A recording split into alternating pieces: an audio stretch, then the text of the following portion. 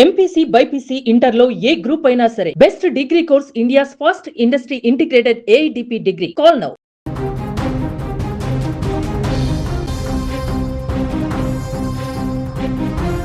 కృష్ణానది పర్వళ్లు తొక్కుతోంది. మహారాష్ట్ర, కర్ణాటకలో కురుస్తున్న కుండపోత వర్షాలకు ఉమ్మడి పాలమూరు జిల్లాలలోకి వరుణుడు ఉగ్రరూపంలో ప్రవేశిస్తున్నాడు.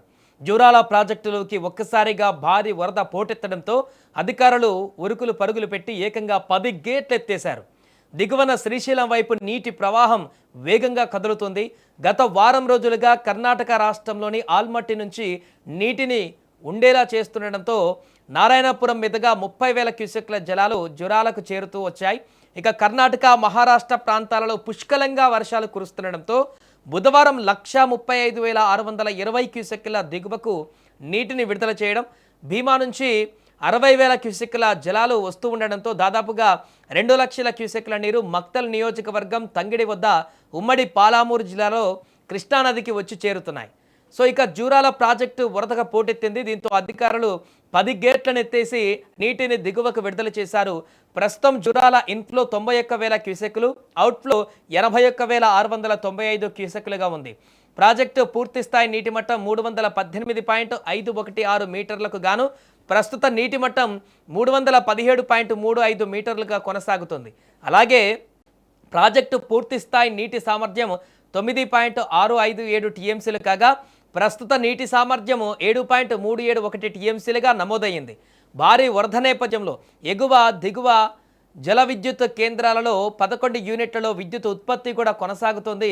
మరొక పక్క ఎడతెరిపి లేకుండా కురుస్తున్న వర్షాలతో నిజామాబాద్ జిల్లాలోని శ్రీరామ్ సాగర్ ప్రాజెక్టుకు కూడా స్వల్పంగా వరద కొనసాగుతోంది.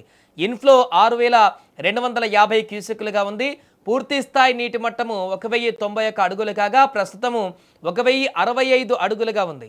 నీటి సామర్థ్యం 80 టీఎంసీలకు గాను ప్రస్తుతము 16 టీఎంసీలుగా నమోదైంది.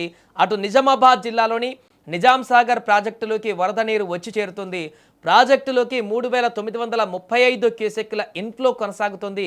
ప్రాజెక్టు నీటి మట్టము 1,405 అడుగులు, కెపాసిటీ 17.802 టీఎంసీలు కాగా ప్రస్తుతం నీటి మట్టము 1,395.83 అడుగులు, 7.146 టీఎంసీలుగా నమోదయ్యింది.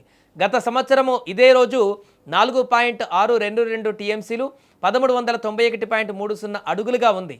మొత్తానికి తెలంగాణలో వర్షాకాలం ఆరంభంలోనే కృష్ణా బేసిన్ కలకలలాడుతుండడం రైతులలో ఆనందాన్ని ఇప్పుడు నింపుతోంది.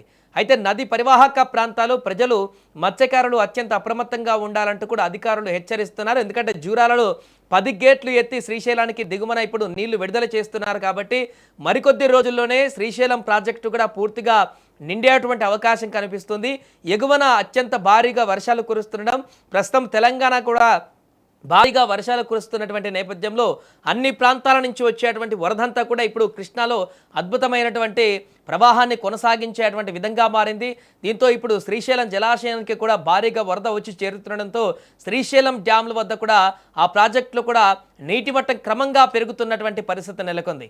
ఇక మరికొన్ని రోజుల్లోనే ఈ యొక్క 10 గేట్ల నుంచి వస్తున్నటువంటి జూరాల నుంచి వస్తున్నటువంటి ఈ వాటర్ ఫ్లో 1,00,000 క్యూసెక్కులు దాటి ప్రవాహాన్ని గాన కొనసాగితే కొద్ది రోజుల్లోనే 3-4 రోజుల్లోనే శ్రీశైలానికి ఆ డ్యాములో పూర్తి స్థాయి భారీ నీటి వరద కూడా వచ్చి చేరేటువంటి అవకాశం కూడా కనిపిస్తుంది. ఏదేమైనా ప్రస్తుతం జూరాల వద్ద అయితే భారీగా అవుట్ఫ్లో, అదేవిధంగా ఇన్ఫ్లో కూడా కొనసాగుతుంది.